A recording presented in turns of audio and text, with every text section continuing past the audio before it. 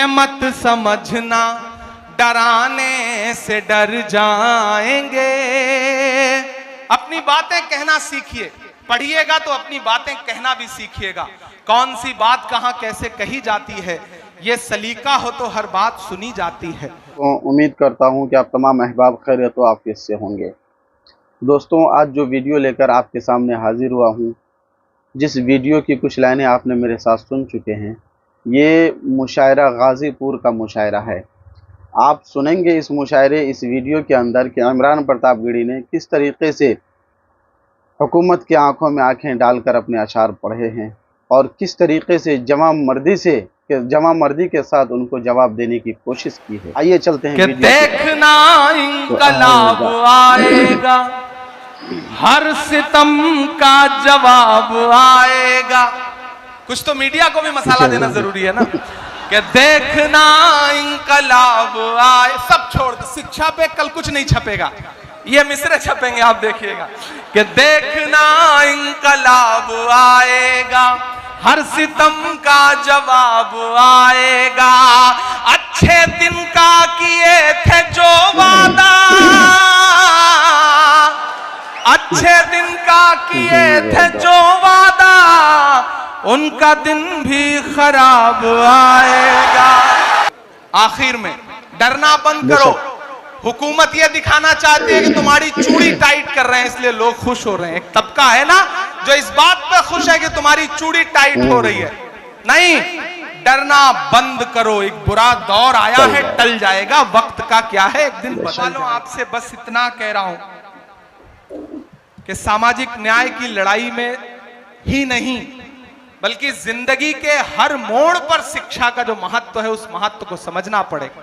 अपने बच्चों को पढ़ाने का जज्बा पैदा करिए और ये 4 मिसरे मेरे घर लेकर के जाइए कि इस तरह हौसले आजमाया करो, मुश्किलें देख कर मुस्कुराया करो, मुश्किलें देख कर मुस्कुराया करो।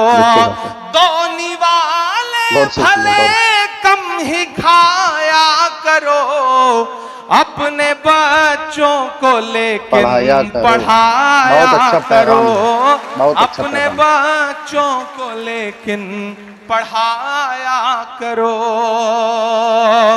शिक्षित होइए, संगठित होइए। कभी डॉक्टर बाबा साहब अंबेडकर ने कहा था ना कि शिक्षा वो शेरनी है कि जिसका दूध जो कोई भी पिएगा वो दहाड़ेगा। तो अगर दहाड़ना चाहते हो, समाज में इज्जत के साथ रहना चाहते हो, तो शिक्षित बनो। बिना शिक्षा हासिल किए, बिना पढ़े, इसलिए मत पढ़ो कि नौकरी मिल जाएगी। सिर्फ नौकरी का मकसद बना के मत पढ़ो, इसलिए पढ़ो कि समाज में इज्जत के साथ जीना है। और अगर किसी के साथ जुल्म हो रहा है, वो कोई भी हो, वो दलित हो, पिछड़ा हो, आदिवासी हो, महिलाएं हो, युवा हो, अगर उनके साथ जुल्म हो रहा है तो अपने इल्म का इस्तेमाल उस जुल्म को रोकने के लिए करो। अल्लाह के रसूल ने कहा है ना कि इल्म हासिल करो चाहे चीन तक जाना पड़े। तो चीन जाने से मुराद मुझे लगता है उस दौर में यही थी कि कितनी भी मुश्किल आए, कितना भी दूर जाके इल्म हासिल करना पड़े, लेकिन इल्म हासिल करो और डरना बंद करो। आखिर में डरना बंद करो। हुकूमत यह दिखाना चाहती है कि तुम्हारी चूड़ी टाइट कर रहे हैं, इसलिए लोग खुश हो रहे हैं। एक तबका है ना जो इस बात पे खुश है कि तुम्हारी चूड़ी टाइट हो रही है। नहीं, डरना बंद करो। एक बुरा दौर आया है, टल जाएगा। वक्त का क्या है, एक दिन बदल जाएगा। बदल जाता है वक्त। और जो डराने की साजिशें लेके बैठे हैं, उनसे बस इतना कह के जाता हूं कि मत समझना डराने से डर जाएंगे। मैंने कहा ना, मैं बीर अब्दुल हमीद की सरजमीन पे खड़ा हूं। मैं ब्रिगेडियर उस्मान से लेकर के डॉक्टर मुख्तार अंसारी की सरजमीन पे खड़ा हूं। मैं राम उग्रह पांडे की सरजमीन पे खड़ा हूं। तो ये मिसरे पढ़ के जाता हूं कि मत समझना डराने से डर जाएंगे। खालिद अमीर साहब ने हमें चाय तक नहीं पिलाई है अभी, लेकिन आपको नाश्ता कराने जा रहे थे। ये कमाल है खालिद अमीर साहब का कि स्टेज पर चाय, अच्छा चाय नहीं पिलाई तो चलो ये काम तो ठीक ही किया, चाय वाला कोई मसला न रह जाए तो ज्यादा ठीक है। देखिए, मैं तो आजकल एक काम करता हूं विश्वविजय भाई, तो राजनीतिक आदमी है, कभी कभी इस तरह की टिप्पणियां भी जरूरी है कि मैं कहीं किसी होटल पे, किसी ढाबे पे या किसी भी बच्चे को चाय ला करके सर्व करते हुए देखता हूं तो मैं कोशिश करता हूं कि उसे ले जाके किसी स्कूल में एडमिशन दिलाऊं ताकि वो आगे चल करके मुल्क का भविष्य ना खराब कर सके, वो पढ़े लिखे ताकि। के मत समझना डराने से डर जाएंगे। गाजीपुर के खून का जो उबाल है ना, जो इस मिट्टी का तेवर है ना, जो सरहदों की हिफाजत में खड़ा हुआ गाजीपुर का कोई भी लाल इस बात की परवाह नहीं करता कि सामने टैंक है या पैटर्न टैंक है या कौन है, वो अपनी जान की बाजी लगा करके भारत की सरहदों की हिफाजत करता है। मैं उस मिट्टी में खड़ा होकर के आखिर में आपको पुकारता हूं और ये मिसरे पढ़ता हूं, आपकी तालियों के शोर के साथ विदाई मांगता हूं कि मत समझना डराने से डर जाएंगे। अपनी बातें कहना सीखिए, पढ़िएगा तो अपनी बातें कहना भी सीखिएगा। कौन सी बात कहां कैसे कही जाती है, ये सलीका हो तो हर बात सुनी जाती है। मैं जब आया मेंबर ऑफ पार्लियामेंट बनके तो मैं ओथ लेने गया, तो मैंने हिंदी में शपथ ली। तो उस समय तत्कालीन उपराष्ट्रपति थे वेंकैया नायडू जी, उन्होंने मुझे बुलाया अपने चैम्बर में और बुला के मुझसे कहा कि मैंने बहुत दिन बाद किसी युवा को इतनी शुद्ध हिंदी बोलते हुए देखा। तो मैंने कहा सर, मैं हिंदी साहित्य का विद्यार्थी हूं। तो वो और चौंके, बोले तुम तो शायर हो। मैंने कहा ये कितना खूबसूरत कॉम्बिनेशन है कि मैं इलाहाबाद विश्वविद्यालय में गंगा और जमुना के तट पर बैठ करके मैंने शायरी और कविता लिखनी सीखी है। जहां संगम होता है जो नदियों का, वहां पे साहित्य का संगम होता है। मैं उस मिट्टी से आया हूं, इसलिए इस सरकार की सारी खुराफातें समझता हूं और उसको इसी भाषा में जवाब देने का हुनर भी जानता हूं। एक दिन महिला सशक्तिकरण पे बात हो रही थी तो मैं खड़ा हुआ बोलने के लिए, तो मैंने कहा यत्र नार्यस्त पूज्यन्ते रमन्ते तत्र देवता। जब मैंने संस्कृत का सूत्र वाक्य सुनाया तो भाजपा के एक नेता बाद में मुझे सदन खत्म होने के बाद बोले इमरान आप संस्कृत का श्लोक सुना रहे हो। मैंने कहा इसमें कौन सा कमाल है भाई, मैं हिंदी साहित्य का पढ़ा हुआ हूं। अभी तो मैंने एक श्लोक सुनाया है, आपने महिलाओं के खिलाफ अत्याचार बंद नहीं किए तो और भी श्लोक सुनाऊंगा आपको।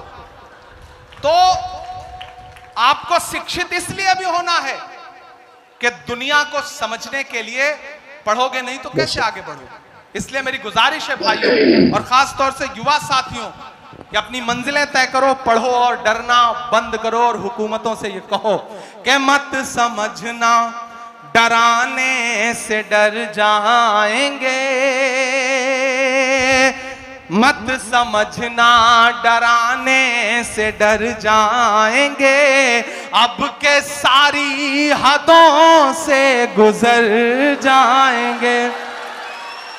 तैयार रहना तालियां आप बजाने के लिए, जो अगले दो मिसरे हैं उस पर गाजीपुर की आवाम के लिए कहे गए मिसरे हैं वो कि मत समझना डराने से डर जाएंगे, अब के सारी हदों से गुजर जाएंगे। मौत के नाम का खौफ देता है क्यों, तैयार रहिएगा कि मौत के नाम का खौफ देता है क्यों। मौत जिस रोज आएगी मर जाएंगे। मत समझना डराने से डर जाएंगे, अब के सारी हदों से गुजर जाएंगे। कि हमने जमजम दिया आबे गंगा दिया, हमने जमजम दिया आबे गंगा दिया, तुमने भारत को दंगा ही दंगा दिया। और अगले जो दो मिसरे हैं जिन्होंने अब तक हाथ नहीं खोले होंगे उन्हें भी कसम देता हूं, अगर तालियां रोक पाइएगा तो रोकिएगा कि हमने जमजम दिया आबे गंगा दिया, तुमने भारत को दंगा ही दंगा दिया। तुमने एक रंग के ख्वाब देखे मगर, तुमने एक रंग के ख्वाब देखे मगर, हमने हिंदुस्तान को तिरंगा दिया। क्या बात, बहुत बहुत शुक्रिया। बहुत अच्छा आदमी देखिए कितना मतलब बहुत ज्यादा आदमी। बहुत शुक्रिया। हमने जमजम दिया, आब गंगा दिया। जब जब मुझे लगता है कि आप थक गए हैं तब तब आप मुझे गलत साबित कर देते हैं कि हमने जमजम दिया, आब गंगा दिया। तुमने भारत को दंगा ही दंगा दिया। तुमने एक रंग के ख्वाब देखे मगर हमने हिंदुस्तान को तिरंगा दिया। ये तिरंगा बदन पर लपेटे हुए। ये तिरंगा, कल मैं याद रह जाऊं तो इन मिसरों से आपको याद रह जाऊं कि ये तिरंगा बदन पर लपेटे हुए एक दिन इस जमीन में उतर जाएंगे। मत समझना डराने से डर जाएंगे। अब के सारी हदों से गुजर जाएंगे। ये तिरंगा बदन पर लपेटे हुए एक दिन इस जमीन में उतर जाएंगे। और ये मिसरा सुनिएगा कि ख्वाब तू देखने लग गया कौन से, क्या बात, तेरी ख्वाहिश है अब सब रहे मौन से।